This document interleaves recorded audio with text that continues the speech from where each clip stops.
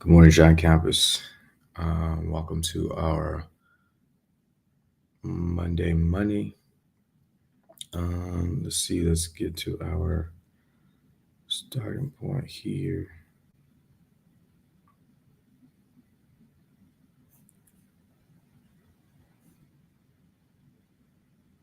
Let me just double check where we left off. 12:4. There we are. All right. So the Impossible Ford, V8 motor. When Henry Ford decided to produce his famous V8 motor, he chose to build an engine with the entire 8 cylinders cast in one block and instructed his engineers to produce a design for the engine. The design was placed on paper, but the engineers agreed to a man that it was simply impossible to cast an 8 cylinder engine block in one piece. Ford said, "Produce it anyways," but they replied, "It's impossible." "Go ahead," Ford commanded, "and stay on the job until you succeed, no matter how much time is required." The engineers went ahead. There was nothing else for them to do if they were to remain on the Ford's staff. 6 months went by, nothing happened. Another 6 months passed, and still nothing happened. The engineers tried every conceivable plan to carry out the orders, but the thing seemed out of the question, impossible.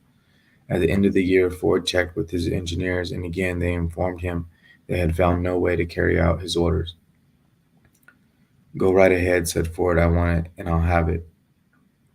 They went ahead, and then, as if by a stroke of magic, the secret was discovered. The Ford determination had won once more. This story may not be described with minute accuracy, but the sum and substance of it is correct. Who you wish to think, Deduce from it, you who wish to think and grow rich, the secret of the Ford millions, if you can. You'll not have to look very far. Henry Ford was a success because he understood and applied the principles of success. One of these is desire, knowing what one wants. Remember this Ford story as you read and pick out the lines in which the secret of his stupendous achievement have been described. If you can do this, if you can lay your finger on the particular group of principles which made Henry Ford rich, you can equal his achievements in almost any calling for which you are suited. Why you are the master of your fate. When Henley wrote the prophetic lines, "I am the master of my fate, I am the captain of my soul," he should have informed us that we are the masters of our fate, the captains of our soul, because we have the power to control our thoughts.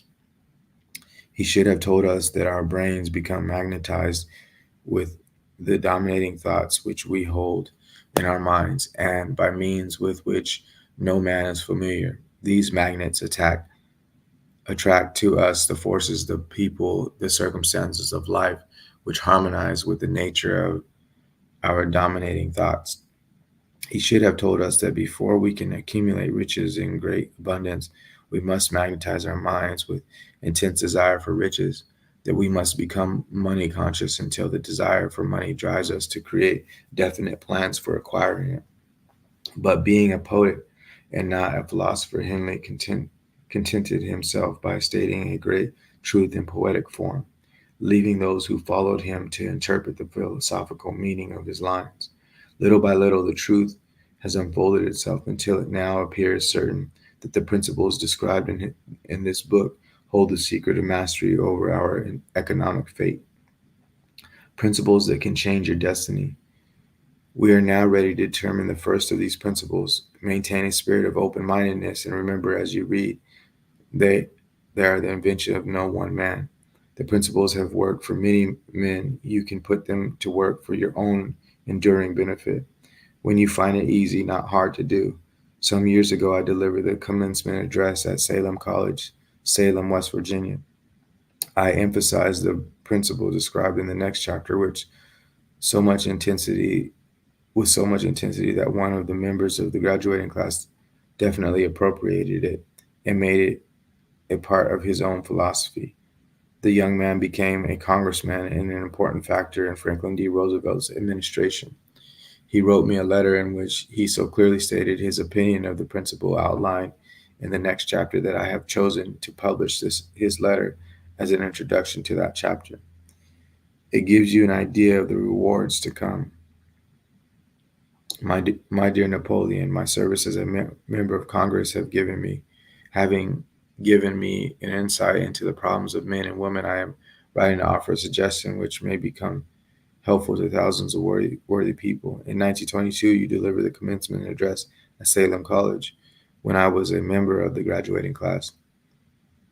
In that address, you planted in my mind an idea which has been responsible for the opportunity I now have to serve the people of my state and will be responsible in a very large measure for whatever success I may have in the future. I recall as though it were yesterday the marvelous description you gave of the method by which Henry Ford, with but little schooling, without a dollar, with no influential friends, rose to great heights. I made up my mind, even before you had finished your speech, that I would make a place for myself no matter how many difficulties I had to surmount. Thousands of young people will finish their schooling this year, and within the next few years, every one of them will be seeking just such a message of practical encouragement as the one I received from you. They will want to know where to turn, what to do to get started in life. You can tell them because you have helped to solve the problems of so many people. There are thousands of people in America today who would like to know how they can convert ideas into money, people who must start at scratch without finances and recoup their losses. If anyone can help them, you can. If you publish the book, I would like to own the first copy that comes from the press, personally autographed by you. With best wishes, believe me, cordially yours, Jennings Randolph. 35 years after I made that speech, it was my pleasure to return to Salem College in 1957 and deliver the bachelorette sermon or baccalaureate sermon. At that time, I received an honorary doctorate or Doctor of Literature degree from the Salem College. Since that time, in 1922, I have watched Jennings Randolph rise to become one of the nation's leading airlines executives, a great inspirational speaker, and United States Senator from West Virginia.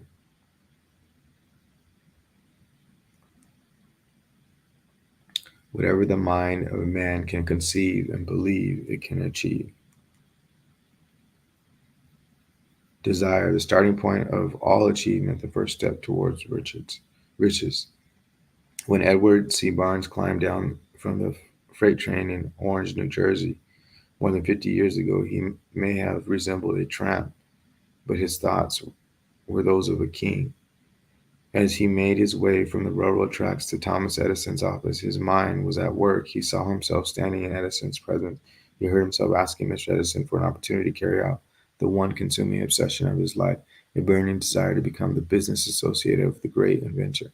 Barnes' desire was not a hope, it was not a wish, it was a keen, pulsating desire which transcended everything else.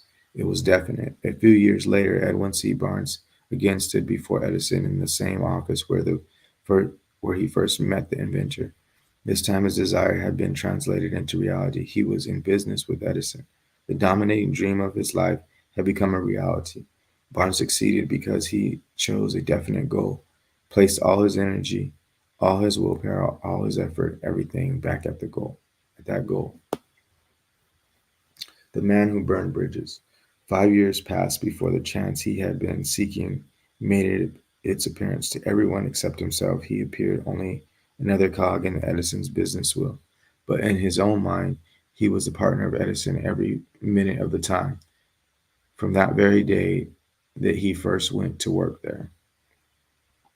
It is a remarkable illustration of the power of a definite desire. Barnes won his goal because he wanted to be a business associate of Mr. Edison more than he wanted anything else.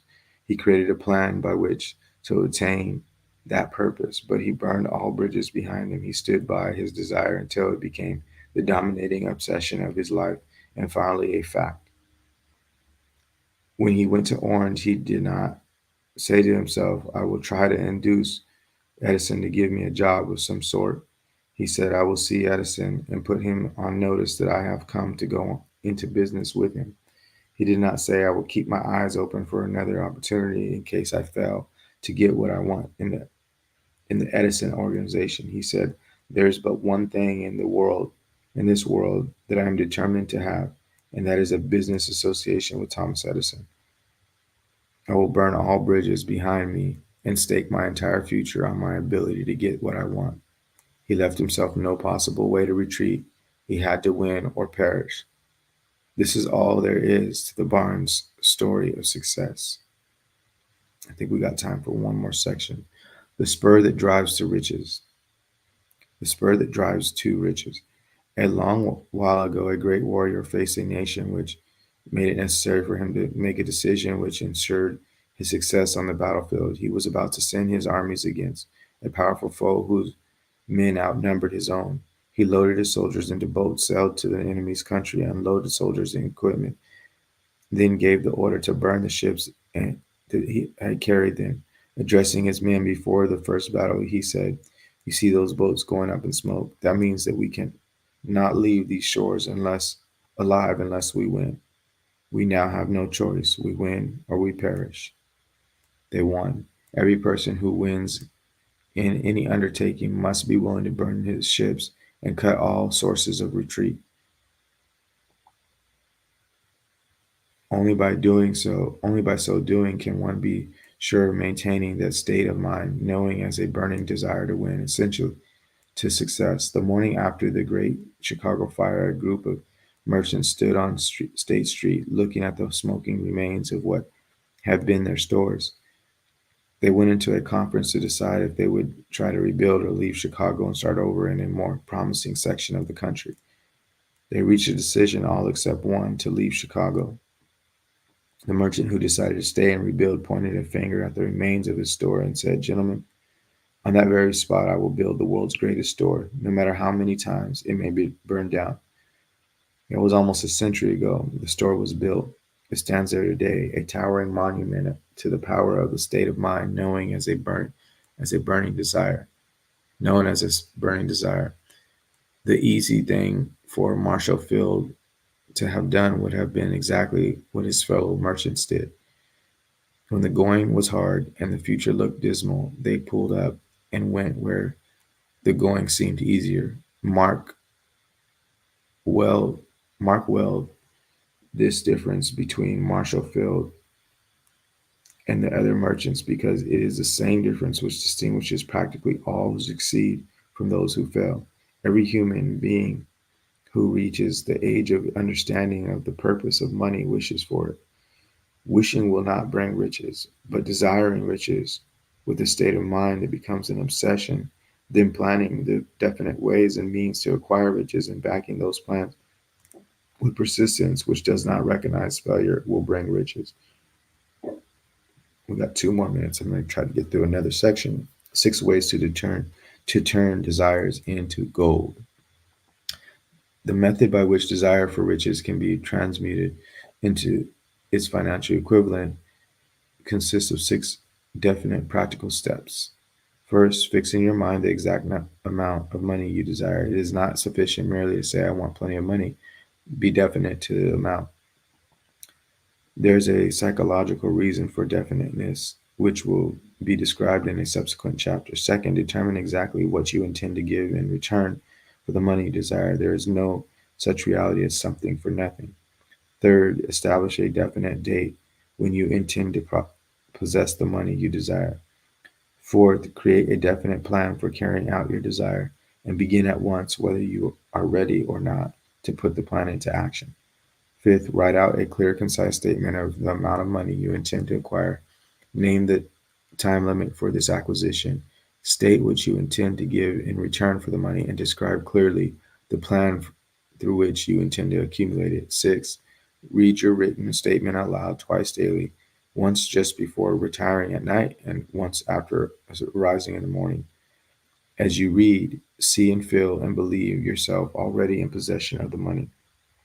It is important that you follow the instructions described in the 6 steps. It is especially important that you observe and follow the instructions in the 6th paragraph.